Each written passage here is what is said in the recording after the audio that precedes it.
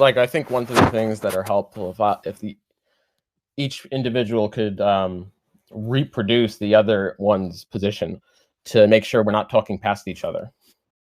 So okay, if I could state your position and you interrupt me if I get anything wrong, I would imagine your position. I would imagine your position would be something like organisms are anisogamous, meaning they produce different sized gametes. The nature of the gamete is binary, and that determines the sex. With an added qualification, although this really doesn't appear in biological journals. So I should stop you now if there's something wrong. I was about to add in the thing with centered on the production of the given gamete, but yeah, go ahead. Okay. Yeah, well, I guess one of the things I would say is that it's not so much the gamete that defines the sex as it is the phenotype that defines the sex, and the phenotype is structured around the gamete. Does that make sense? I mean, it may or may not make sense depending on how you unpack that. Okay, sure. Yeah. So I could envision. So I mean, here's the ultimate question: is can there be an organism that is quote unquote structured around the production of both gametes?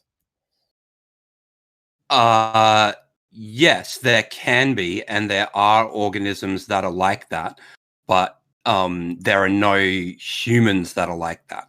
That's what I would say. Yeah. Okay. There are no mammals in general. Probably more. Yeah.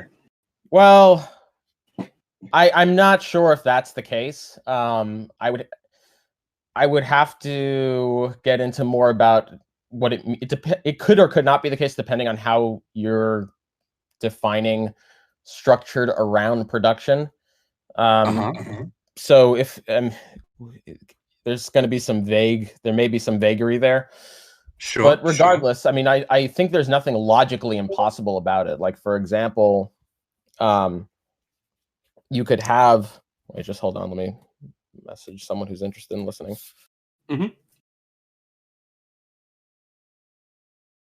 So there's nothing logically impossible about having a human that is structured around production of both gametes.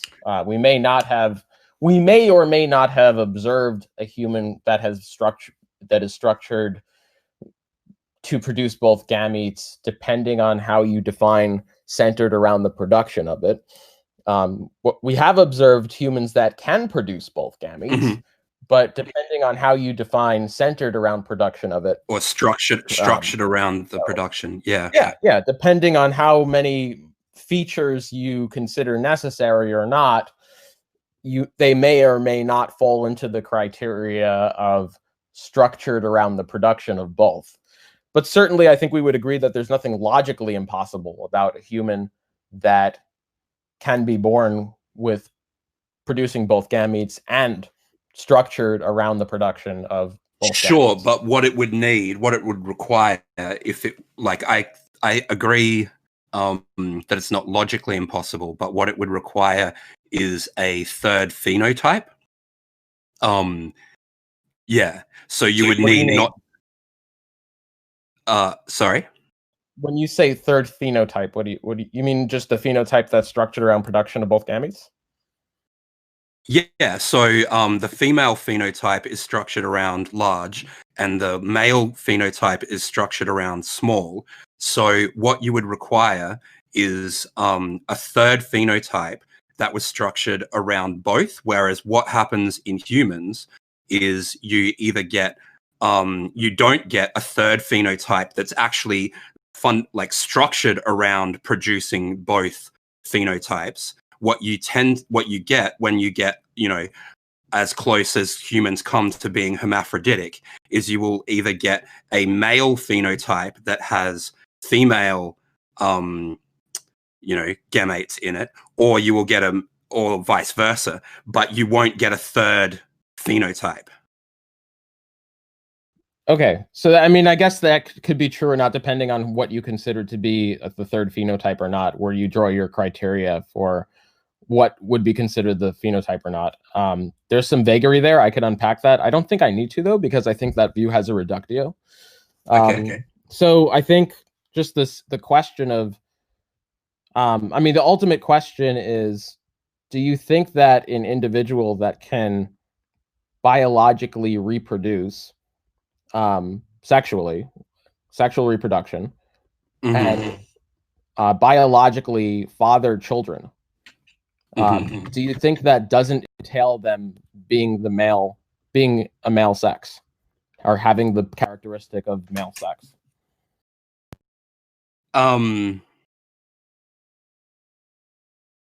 So, well, it would depend on what their phenotype was, because I would say their sex is whatever their phenotype is. So, if they, like, for instance, if they have like external testicles and a penis, and internal ovaries, that person would be male. Even if they could mother children. Well, I mean, that person could, theoretically, potentially have eggs removed, and those become, become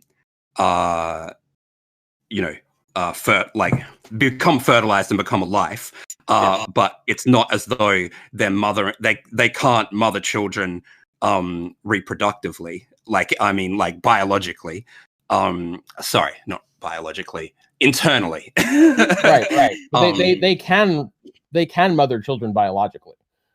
Yes. But well, that's kind of, is that confirmed, or is that sort of like, there's no reason. Okay, let's put it like this. There's from what I understand, there's no reason for us to believe that they couldn't. Let's put it that way. Well, there are reasons there are some to, like, it would be pretty remarkable. Like, I don't think you'd be surprised if it came out either way.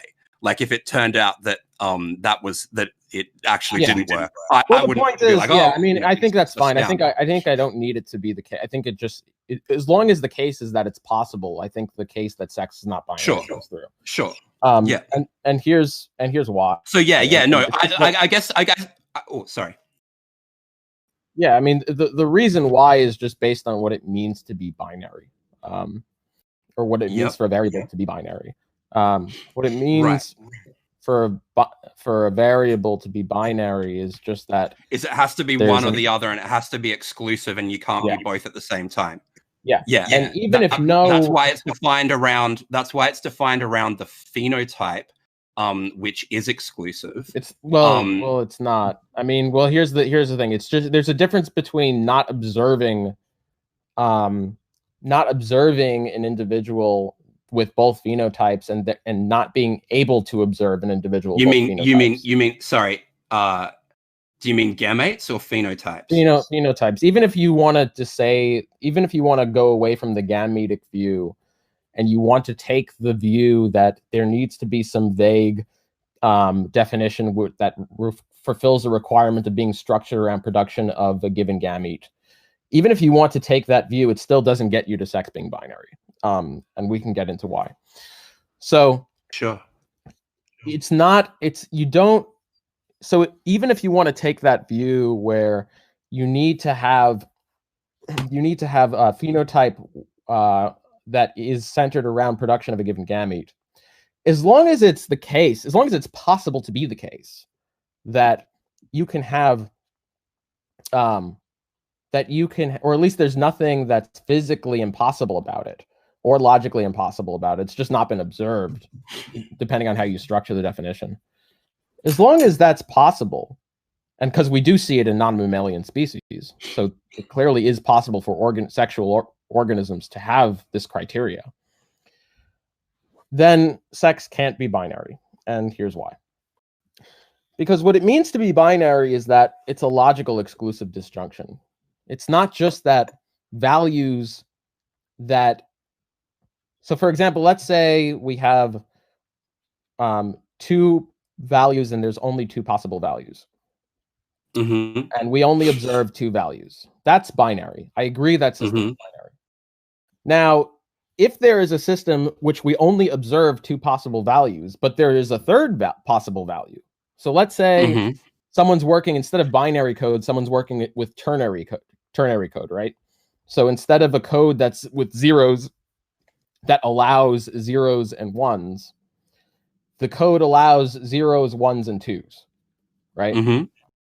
Now let's just say it just happens to be the case that in this ternary code, no value of 2 was ever entered, right? The question is it binary code or ternary code? And so long as it's possible for there to be a value of 2 entered in addition to the 0 and the 1, it's ternary code.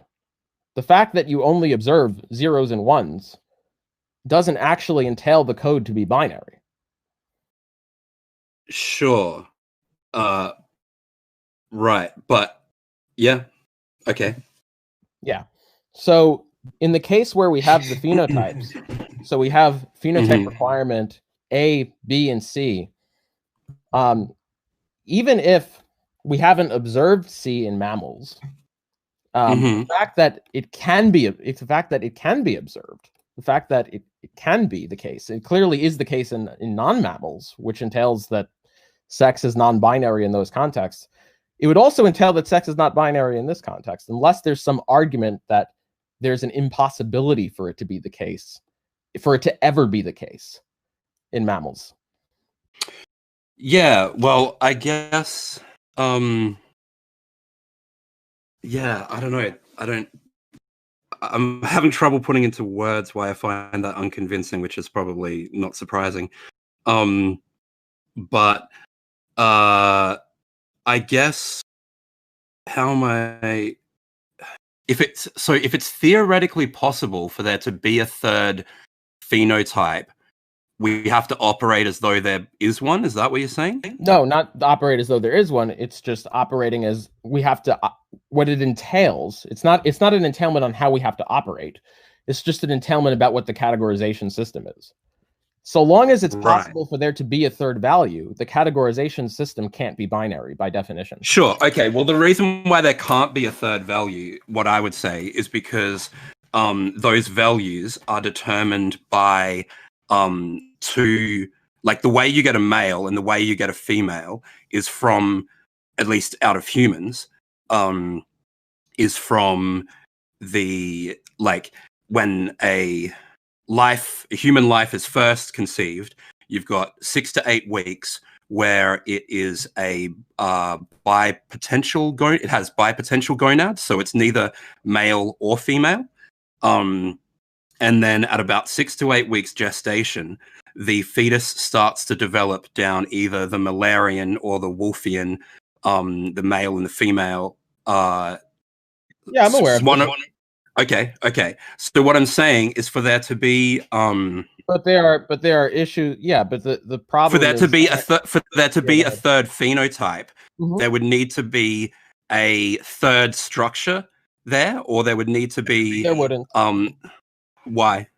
Because so long as there are both structures there doesn't need to be a third type of structure. So for example, okay, so but there can't be both. There can't be both. There's no like a every life goes down either one or the other path. There can be complications when it does, but no one didn't go down no path. No and mammal, no one didn't. No human, you're saying?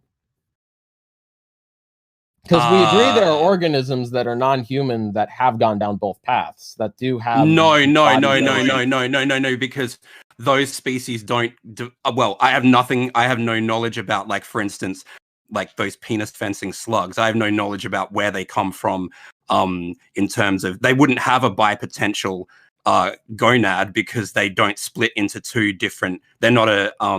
anisogamous species, so they wouldn't have that mechanism, whereas humans do have that mechanism, and it divides us into male and female. Wait, we don't have to go to penis fencing slugs. It's just, the question is, are there on your view, are there anisogamous species with true simultaneous hermaphroditism? Yeah, are there anisogamous species with true simultaneous hermaphroditism? I don't think so, because I think when anisogamous species are hermaphroditic, it tends to be like sequential hermaphrodites. They'll change sex, but species that are simultaneously hermaphroditic are that sex are that one hermaphroditic sex the whole time. Are you sure about that? No. Okay. So if you've got better knowledge, then tell me. Well, I'm just saying that there's no reason. I don't think there's a reason to believe that this is physically impossible, is what I'm saying. So as long as I don't need to bring to the case that this has been observed, so long as it's physically possible for this to happen, then right. And I'm saying the reason it isn't physically possible to happen is because it has to go down one or the other. Like human development has to go down the Wolffian or the Müllerian. That's typical human. Well, that's no. That's every single human, including intersex humans. Wait, what's the argument for that? Every single human has to go when they at 6 to 8 weeks. Every single human develops into develops down either the male or female pathways, including intersex people with intersex conditions.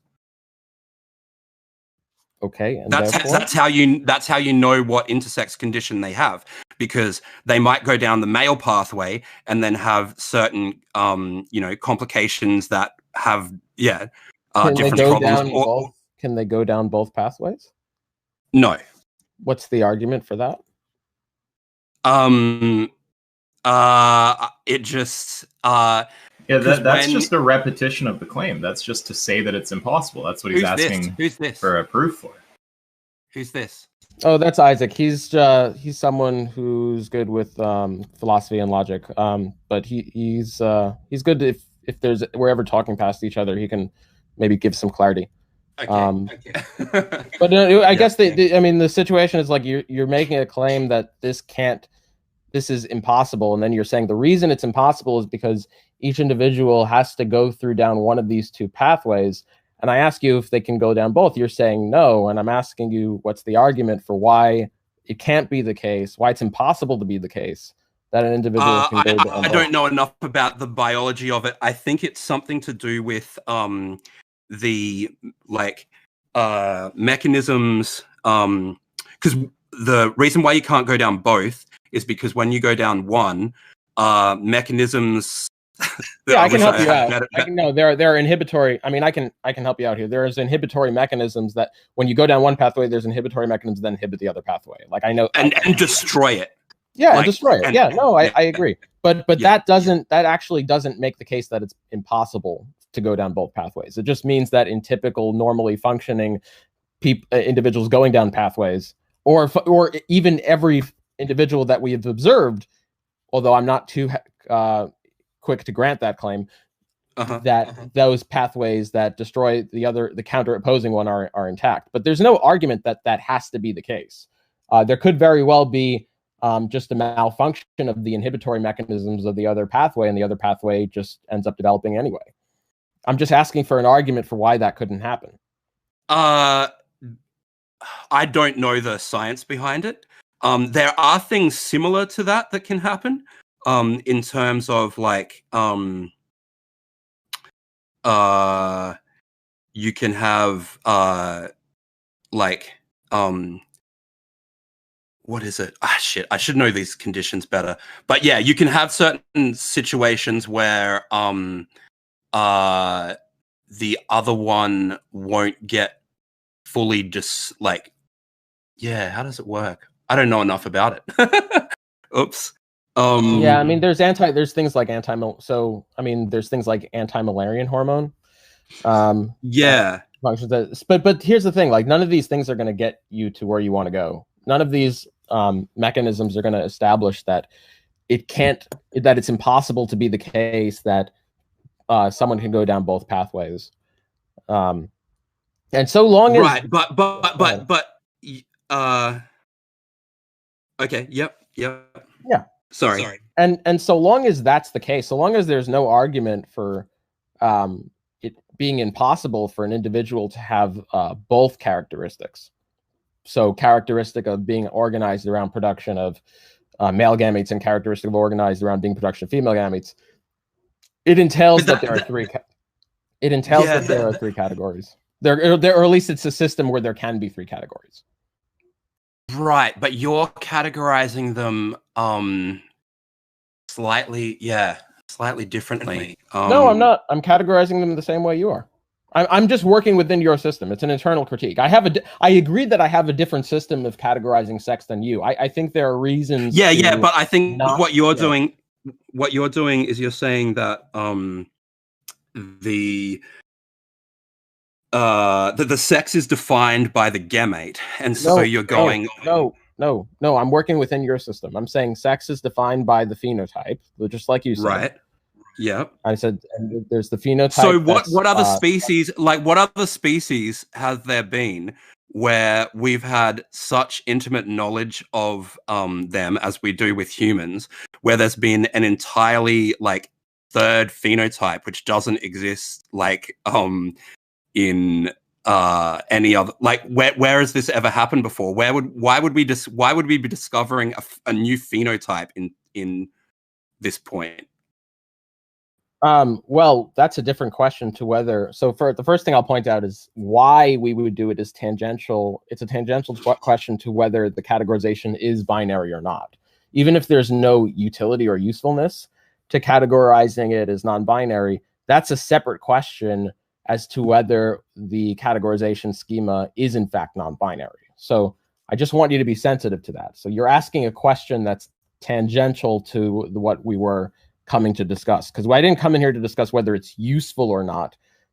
If it turns out that sex is not binary, I came to discuss if sex is in fact not binary. Whether that's useful or not. Sure, but you're not. Well, but most of the discussion hasn't been around whether sex is binary. It's around whether it theoretically could. Be binary, which seems to be another. Wait, no, because binary systems are about if they could. It's not, because remember, that's why we went through the code analogy. Because remember, you agreed that if there's ternary code, if someone's working within a system that there can be three values, there can be a 0, 1, and 2, even if they only use ones and zeros, it's not a binary code. Sure. So I'm saying I have not seen any evidence for a 2. And I'm saying that I haven't seen any evidence for a 2 or even so I don't know. So why. Wait. Well, first of all, that's not true. I mean, there's simultaneous hermaphrodites that produce both male and female gametes. I mean, yeah, but that's not a third phenotype. Oh, there doesn't need to be. So there doesn't actually. So this is another issue. So there actually doesn't need to be 3 possible phenotypes in order for the sex categorization schema with respect to organisms to not be binary. This is another thing we actually should clear up. Okay. So instead of using, let's say it's like this. So let's say instead of using 0, 1, and 2, let's say we used 0, 1, and let's say we just had a hypothetical number that can be both a 0 and a 1. Mm-hmm. Right? Mm-hmm. So there's 3 possibilities that each value can take. Mm-hmm. There is a 0, a 1, and a 0 and 1. 0, 1. Mm-hmm. Now, that is not a binary system. Even though the bit system it's based off is binary, the code itself is still not binary because there's 3 possible values. So there doesn't actually need to be a third gamete or a third phenotype in order for sex to not be binary.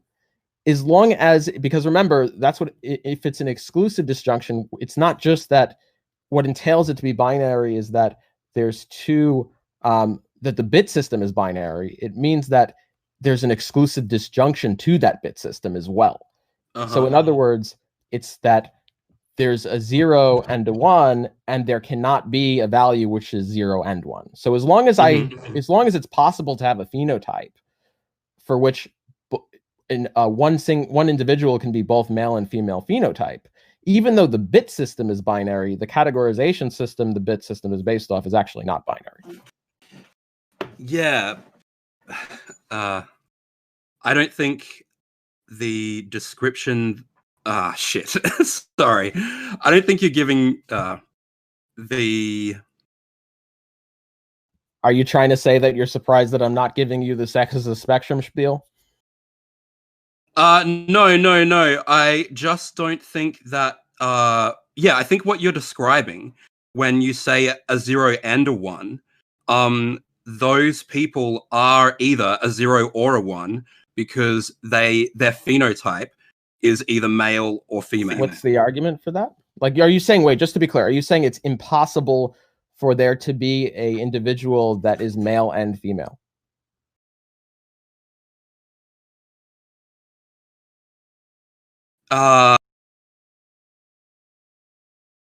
Yes. I What's guess the argument for humans. Okay. Yes. What's the argument for that? Because humans only have 2 phenotypes, a male phenotype and a female phenotype. Wait, but that doesn't mean it's impossible for a human to have both phenotypes. That just means that's what we've observed. No, well, because of the bipotential gonad, with the reason why we have 2 different phenotypes is because up until 6 to 8 months, we have a bipotential gonad, then we split down either the male or female pathways. Yeah, we've been through this already. So that also doesn't entail that being both male and female is impossible. It just means that's what we've observed, and there are mechanisms that account for why we've observed that.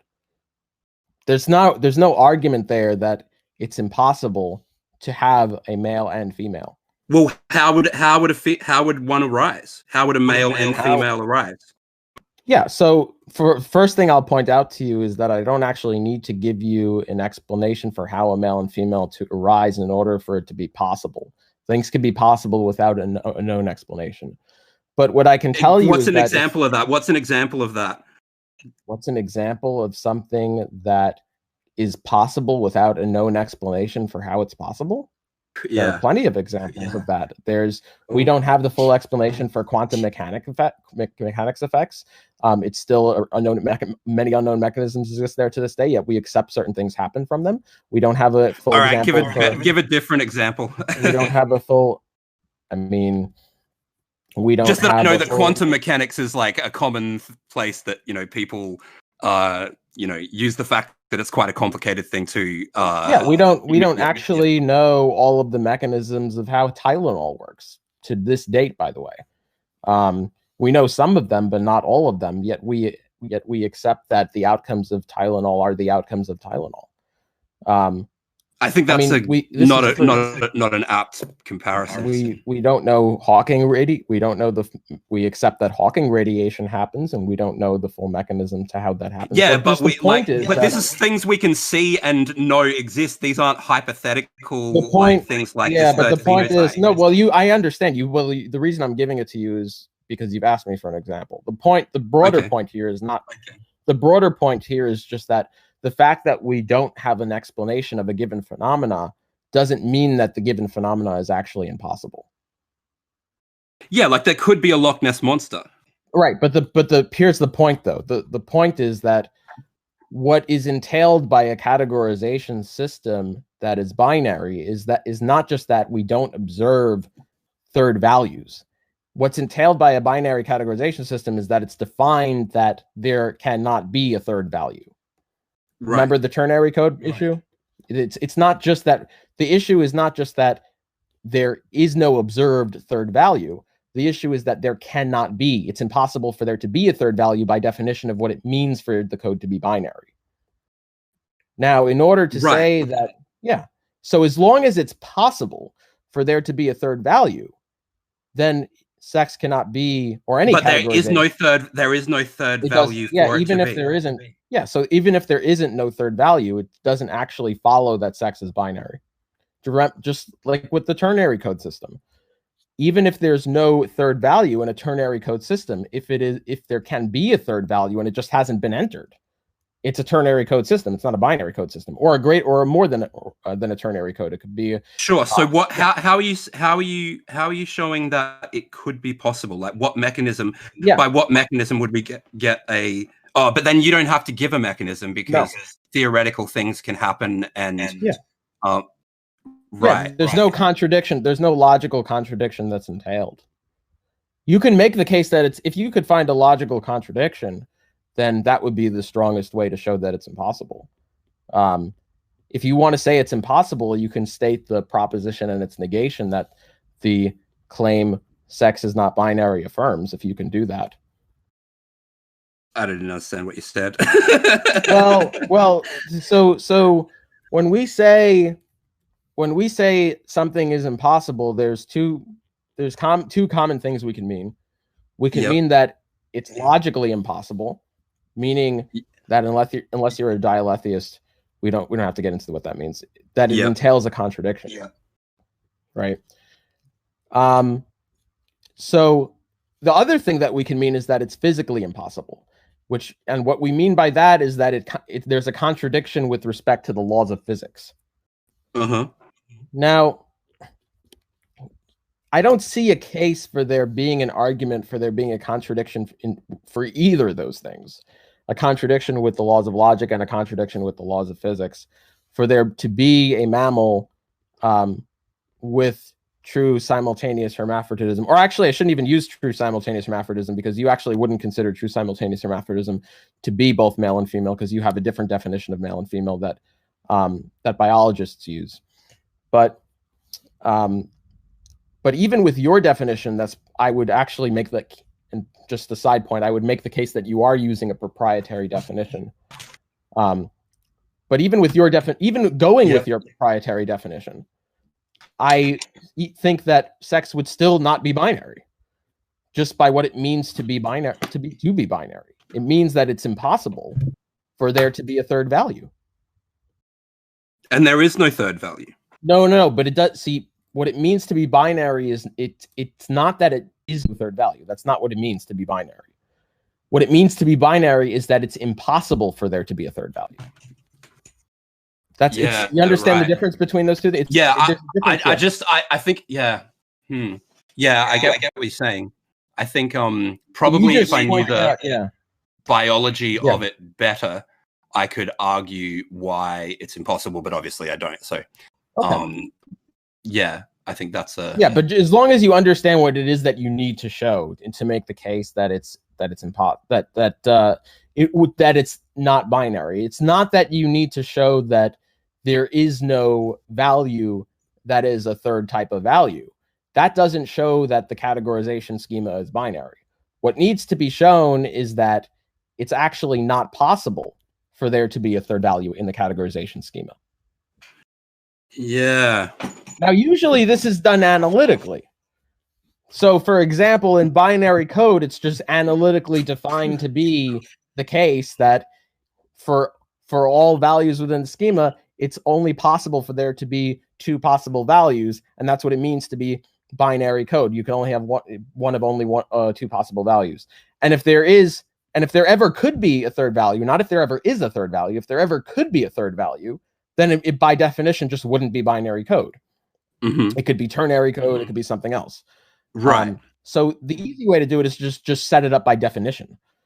But it's not clear that this can be done in the case of sex. In the case of sex, there doesn't seem to be any argument for why, as you're defining it, it would be impossible for an individual to be both male and female at the same time. And I think even in non-mammals. Well, no. It would be like you haven't. There's what you're just saying. The argument theoretically. Yeah, because here's the thing. Because there's no way to explain how it would be possible. That's not an argument for it to be impossible. We went through this already. So the fact that saying there's no way to explain that it would be impossible is actually a stronger claim. The fact that I don't have an explanation doesn't mean there's no way to explain it. It could be that there's So that's actually a stronger claim. You'd have to make an argument for that. But if you want to just say that I don't have an explanation, that doesn't show that that there can't be an explanation, nor does it show that it's impossible for it to occur. It just means that it's something I don't have an explanation for. But that's okay. Sure. If I don't, it's not a problem for the non-binary conception. Yeah. I mean, it would be a problem, like in terms of the Yeah. Crap. This is going terribly. Yeah, no, it's okay. Listen, you could think it over, and listen. I would also review those. So here's what I would review. I would review like strictly what it means to be binary. I would review like what it means. And I can like give sources here. Yeah. No, I feel like there's something in like what you're saying regards like around it. Yeah, in regards to possibilities. Yeah. It's just. I mean, it's simple. It's just the issue is that binary categorization systems are analytically defined to be such that it's not possible for there to be a third value. Right. That's what makes it binary. It's not that there isn't a third value. Yeah, but okay. So if I say that because there can't be a third value in a binary system. It's not that there isn't. It's not that just we happen to observe it and we didn't find one. It's that it's not possible for there to be one. Yeah, okay. Here's why there can't be, I guess, because we would if there was a third phenotype, it would have a mechanism like to come into play via. Like you would there would be some kind of evidence in like there would be some equivalent of, we would have a tripotential gonad, or something akin along those lines. What's the argument for that? Because phenotypes come from, like, the origin of the development of our phenotypes comes from the bipotential gonad, right? Yeah, I understand that. That's what's observed. So if there were to be 3 phenotypes, we would have to have like a tripotential gonad. What's the argument that well, first of all, I mean, there's two things. So the first thing is you need an argument that there would need to be a tripotential gonad rather than a bipotential gonad that just forms both gonads. Because remember, you don't need to have like a 0, 1, and 2. You can have a 0 and a 1 and a 0, 1. That also gives you a non-binary code. So there's 2 ways you can have a trinary code, right? So you can have a trinary code by having a 0, a possibility to be a 0, a possibility because of the way that the gonads work, where they wipe out the other other we've been through that as well. So that's why they can't go down both at the same time. Yeah, so if you wanted a third thing, if you wanted a third phenotype, you would need a third structure that was there. So if it wanted to develop into that one, it would destroy the other 2. So what's the argument? So no, you don't have to explain to me the way that it works. I'm aware of like those mechanisms. I just want to know what the argument is that there couldn't be a case where the counter-inhibitory mechanisms of the Wolffian and Müllerian system don't function against each other and they just develop both. Like, why is that impossible? I guess that's the question I need to answer. Yeah, why is it impossible? Okay. Yeah, I'm not sure, but it just seems from the available evidence that it is. Well, that doesn't get you to non-binary. I mean, yeah, you could be like, you can observe ternary code and all you see are 0s and 1s, but the code is still ternary if it's possible for there to be a third value. Sure, but if you observed pages and pages and pages and pages, I know it doesn't matter. Yeah, it doesn't matter. I know it's not conclusive. I know it's not. Not that it's not. No, not that it's not conclusive. It's not like a probability thing. It's like if someone says, "Listen, it's possible for there to be a 0, 1 value," and you'll observe pages and pages and pages of 0s and 1s only. It's not. It's 100% non-binary. Like the code is right, but that's when you've been told what the code is ahead of time. Yeah, if you're just looking at random pages of code and you see thousands of pages and it's all 1s and 0s, that's not conclusive that it's binary, but it's very like suggestive. No, it's because that doesn't give you any reason to believe that it's impossible for there to be a third value. I never said impossible. I said what's needed. Suggests that it's binary. But that's what's because what's needed to make the suggestion that it is not binary is that it is you need to have a reason to believe that it's impossible, not that it's not there, that it's impossible for there to be a third value. I would turn your attention also to the organisms, and the other question I would ask of you is, I would really ask why, if you have true simultaneous hermaphroditism in species that produce both gametes, why you think it would be impossible for it to occur in mammals just because you haven't observed both phenotypes. I mean, clearly, I think it's something about the structure, like the same way isogamy is like no, I think they're I think it's connect. Hang on. Hang on. The same way that isogamy, not anisogamy, the same way that isogamy, producing one-sized gamete, is connected to being like a single-celled organism. I think, and that scientists seem to think that the reason why anisogamy developed was it allows more complicated structures. I think there's a similar thing in that, yeah, you can get some freaky shit happening with fish and bugs and stuff because they're less complicated life form. But as the life forms get more complex, then those types of things like isogamy and simultaneous hermaphrodites and that kind of thing doesn't happen. Yeah, so this doesn't get you to non-binary. That's just so that's a hypothesis of observation and for why we observe the things we observe. What it isn't is an argument for why it's impossible to have more than two values, which is really what needs to be the case to make the claim that sex is not binary. So what you need to do is you need to have an argument for why it is not just that it's not observed, or not just that it won't be observed. Yeah, and that's that it can't go down both pathways. That it can't be observed. I can't tell you why you can't go down both pathways, but I know that you can't. Well, more accurately, or I feel like you can't. More accurately, it's very rare, if at all, that we've observed individuals going down both pathways. But that doesn't make an argument for it being impossible to go down both pathways. It certainly doesn't seem, well, at least we haven't seen an argument for why it's impossible to go down both pathways. So that's the first thing you need to do. You need to have an argument for there to be an impossibility. Why don't you have to make the argument that it is possible to go down both pathways? Yeah, because I just don't see. Yeah, no, there's no contradiction. That doesn't seem to be how those mechanisms work in any other context. So why would? Well, that's okay. It's okay if the mechanisms don't work such that a third value is produced, because that's not what it means.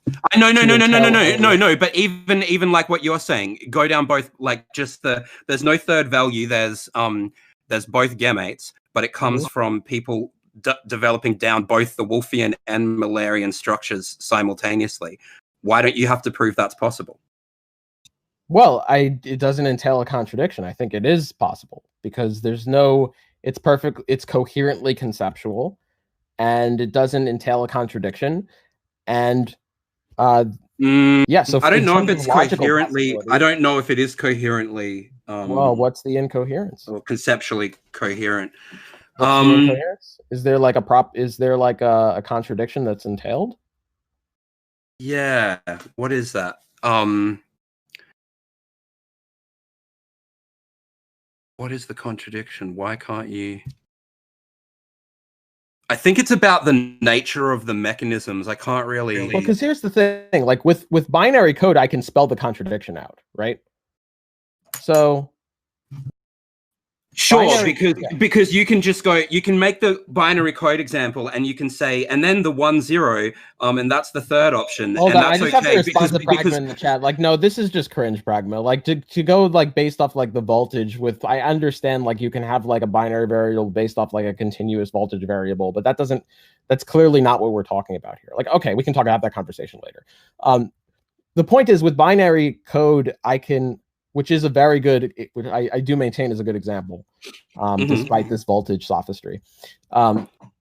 Binary code, I can spell out the contradiction. So binary code, it's defined to be that every value can only be one of two values. And if I say that this is binary code and has three values, it is and is not the case that there can only be two values. So that's a proposition and negation. That's a clear contradiction. Now, what's the clear contradiction with the categorization of sex if there's more than two values? If there's more than two values, like what's the proposition and negation? I'm not sure I understand the question.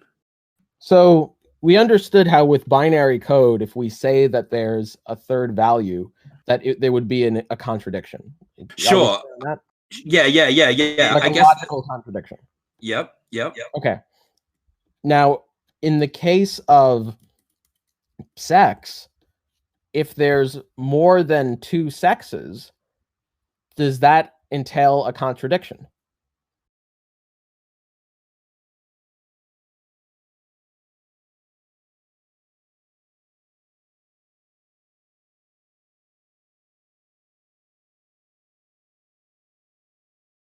Yeah, I don't know. I guess up until now I would have said no.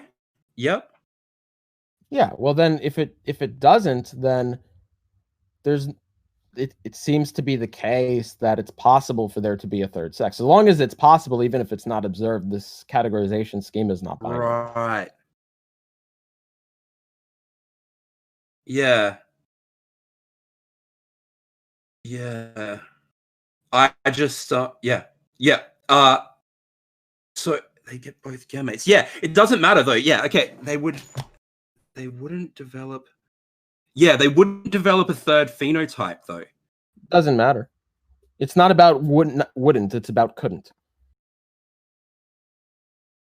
Yeah, they couldn't develop a third phenotype. What's the argument for that? Because the phenotype comes from either the Wolffian or Müllerian structures. What's the argument that they couldn't go through both? They could, but that wouldn't produce. I mean, I don't know if they could, but like it wouldn't produce a third phenotype. It wouldn't produce. Well, yeah, the third phenotype would be because remember how we already talked about how there's two different ways to get a non-binary schema. So if you have a number system that's 0 only, 1 only, and a number that's a 0 and a 1, even though the bit system itself is binary, the numbers, the categorization system, that the bit system that's based off the bit system is still non-binary because there's three possible values. So we said that if you have a phenotype structured around the production of sperm, for example, that entails that you are a male. If you have a phenotype structured around the production of eggs, that entails that you're a female. If you have a phenotype, what is entailed from that is that if you have a phenotype that is structured around the production of sperm and structured around the production of eggs, then it is entailed that you are male and female. Now, just like in the case of code, where you can have a 0 only, a 1 only, and if you have a numeric system where it's possible to have a value that's 0 and 1, so you have the three options are 1 only, 0 only, 1 and 2. Right. Yeah. But that third option, those people wouldn't be like you don't get the third phenotype isn't a like it's not based off. I understand what you're saying. So what you would say is that okay. That third phenotype would either be male or female, and it would have male and female, or male and female. It would be male, female, or male and female. So there's three different phenotypes. So phenotype 1 is male only, phenotype 2 is female only, and phenotype 3 is male and female. Now, notice... No. Because the previous two phenotypes, they could also have been like, if you're trying to just say that, like, particular chromosomes. You didn't say anything about chromosomes. I know, but you were talking about people being male and female simultaneously. And so you're I'm saying presumably... if it's possible to be male and female simultaneously, not if there are, if it's possible, then yeah, what it's would... not. Well, okay. Well, then you need... Well, before we get into whether it's not, let's discuss, for the sake of the argument, if it is possible, you would have to understand how the categorization schema is not binary, even though the bit system is binary. Is that not clear? If that's not clear, we can go through that before and then we can go through I do understand that. The categorization system isn't binary, even though the bit system is binary. Yeah, I get that. Okay, cool. Now, if you want to say it's not possible for that to occur, for it to occur that an individual is both male and female, then what's the argument for that? What's the contradiction that's entailed? It's a I think it's a physical impossibility, not so much a logical impossibility. Okay, so you would say logically sex is not binary, but physically it is binary. Is that your position? No. I'm saying logically it's binary, physically it's binary. If you're saying logically it's binary, if you're saying logically it's binary, then you need to actually demonstrate the contradiction for a third value. So what's the proposition and negation? I'm not sure. Yeah, so it doesn't... Well, that's the problem, right? Because clearly you see the proposition and negation with binary code, right? You see that there's it entails a contradiction, that it is and is not the case that there are only two values, because it's defined to be only two possible values. And if there's a third value, to say that it's binary would be a contradiction. Mm-hmm. But it doesn't seem to be the case. There's clearly no contradiction entailed by saying that three categorical values with sex, what proposition and negation does that affirm? Where's the logical contradiction there? Right. Yeah, I guess. Yeah, I don't think it is. I think it's I think it's more of a physical impossibility. Okay, cool. So then let's go back. So just to be clear, your position would be that sex is logically non-binary, but physically it's binary. Is that your position?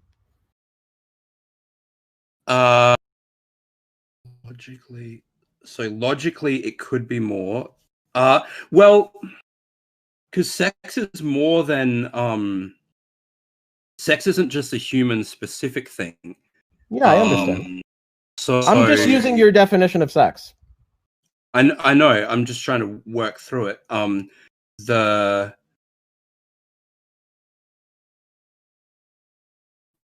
Yeah, sorry, what was the question again? Yeah, is it your view that logically sex is non-binary, but physically it's binary? Right, but physically it's binary. Yeah, let's go with that and see what happens. Okay, cool. Now, so then you need an argument for how it's biologically not possible for there to be a male and female. Sure. Now, we tried the Wolffian Müllerian system. We showed why that doesn't work. Is there another argument for why? No, I don't think we have. Well, I think I just need to learn more about the structures and why it's impossible to develop down both pathways. And when you do that, consistent. And yeah, sure. But when you do that, I would just encourage you to not start from your conclusion when you're looking at the data and then just see what you could find to fit your conclusion. I would actually say, okay, wait a minute. Is it actually physically impossible? Like what violation of the laws of physics isn't actually entailed here? Like what's entailed to be violated for this to be the case? Like how is this physically impossible? And I would see. Actually, how in what other circumstance does a functioning phenotype come out of where is the example of that ever happening? Like a functioning phenotype coming out of both structures being produced simultaneously? Well, I don't need to show you a example of it happening for it to be biologically possible. Even if I had no examples, what I can tell you is that there are, but just to overdetermine it, what I can tell you is that there are anisogamous, simultaneously hermaphroditic species that are structured, that have phenotypes that are structured around the production of both gametes. Simultaneous hermaphrodites that are anisogamous. Which ones? What are they? I'm pretty sure this exists in plants. There are some plants that produce both ovum and sperm. I mean, I'm just reading that. Let's see. There are haploid gametophyte phases of some fungi that are hermaphroditic. They produce both male and female gametes. Anything that has a pulse? Well, there may be. I have to look further into it. But notice that it doesn't need to be the case that I have to show you an example for it to be biologically possible. Sure. There can be, could be, yeah. I mean, that's not a requirement here. I can look into it further. I can look into like different anisogamous simultaneous hermaphroditic species. And we can, I mean, but that's an academic discussion. It wouldn't like hinge on the debate proposition. Sure. The point is that you would need to make a clear argument for why it's biologically impossible for there to be an individual that has that is both male and female. And this is like on top of all the other issues that I would levy against like the proprietary definition that I think you're using. I think actually the definition biologists use is not what you're describing. There's like a whole bunch of other objections I would levy toward you, but like this is the central one. Yeah. The central one is just that even on your definition, even on your definition, it's not clear why you would think sex is not binary. Well, just because I don't think someone certainly logically, but it's not clear, and even physically, it's not clear. Yeah, I just don't think that there's a I don't think it's possible to develop down both pathways. But that's just reaffirming the same. And also, I don't think developing down both pathways would necessarily produce a third. I don't even know what the fuck would happen. But it would. We already went through that. We should go through that. Yeah, we should go through that. Yeah. No, because okay. Yeah. So you already agreed that if an individual is organized around production of sperm, if their phenotype is organized around production of sperm, that is a sufficient criteria to be male. You agree? Yeah. Okay. You agree that if an individual's phenotype is organized around production of eggs, that's a sufficient criteria to be female. You agree? Yep. Okay. Now, would you agree that that it's entailed from this, that if an individual phenotype is organized around production of sperm and organized around production of eggs, that it's entailed that they are both male and female? Yeah, but I don't agree that just because a body can this is wait, we can go into the next step. Don't jump steps ahead. Yeah, you agree with that? That they're both male and female. If they can produce both gametes, not just that they can produce both. No, I didn't say that. Not that their phenotype is structured around the production of both gametes. Yeah, are they male and female? I guess that's a third sex. Yeah. Cool. We agree that's a third sex. Okay, cool. So, if that's what's happening, if there is a third phenotype, if it's not just one of the previous two phenotypes with both gametes in it. Yeah, I'm talking about, just to be clear, I'm talking about if there is an individual whose phenotype is structured around the production of sperm and structured around the production of eggs. Yeah. You would agree that that is a male and female? Yes. Okay. Now, do you need an explanation of why that would need to be a third phenotype or a third category for sex, or should we go into that?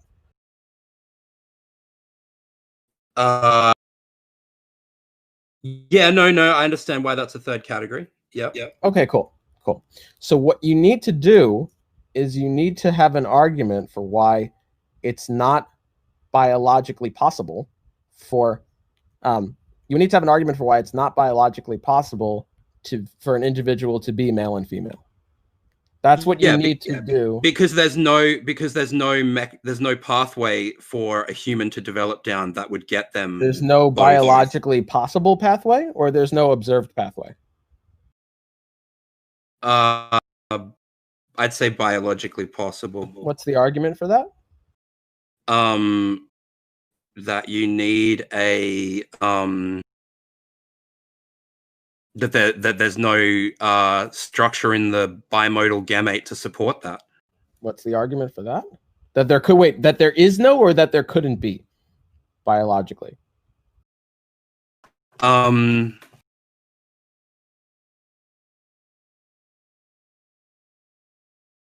Probably that there couldn't be. If I understood enough of how the because the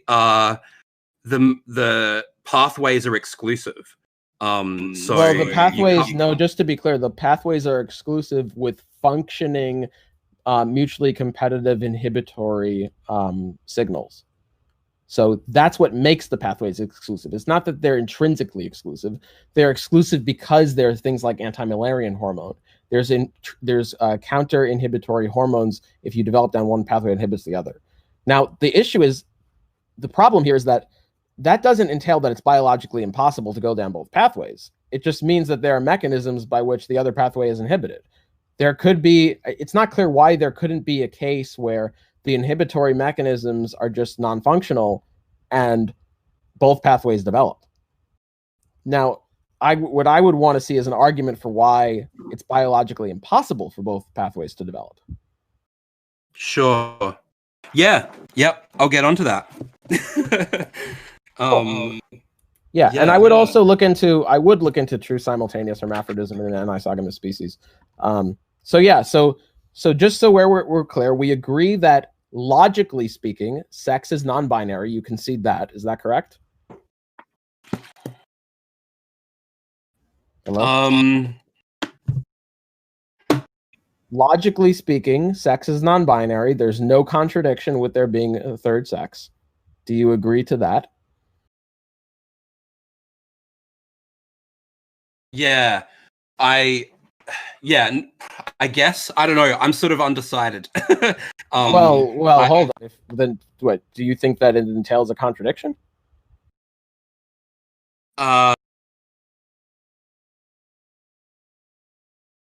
I guess I am unsure of how I would classify like a hermaphrodite. Well, that wasn't the question.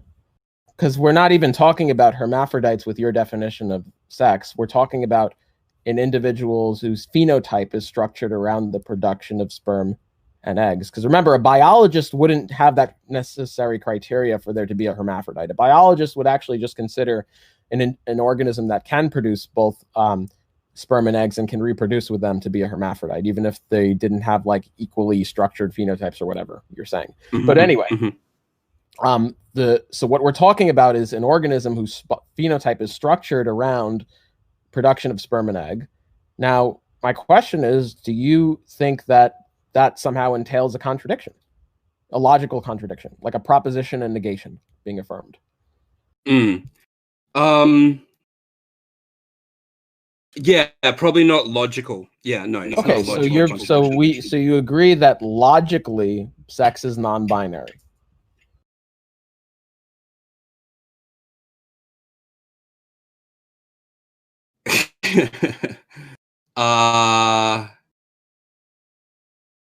The reason why I'm hesitant to say yes is because I guess, yeah, I guess it's non-binary, but I don't think it necessarily therefore means that it's a spectrum. I didn't say anything about a spectrum. I know. I just want to clarify that. Yeah, sure. So we agree that logically sex is non-binary. We're not saying that it's a spectrum, but we're agreeing that logically sex is non-binary. And with respect to what it physically is, you have an intuition that it's binary, but you don't have at this point in time an argument for the impossibility of a third value. True. Yeah. Okay, cool. So if you would like, you can look into it. And then we can pick up the discussion if you ever think that you do have an argument for why it's physically impossible for there to be a third value. Sure. Cool. All right. Good talk. Yeah. Thanks for setting it all up and yeah, everything. That was great. I'll talk to you soon.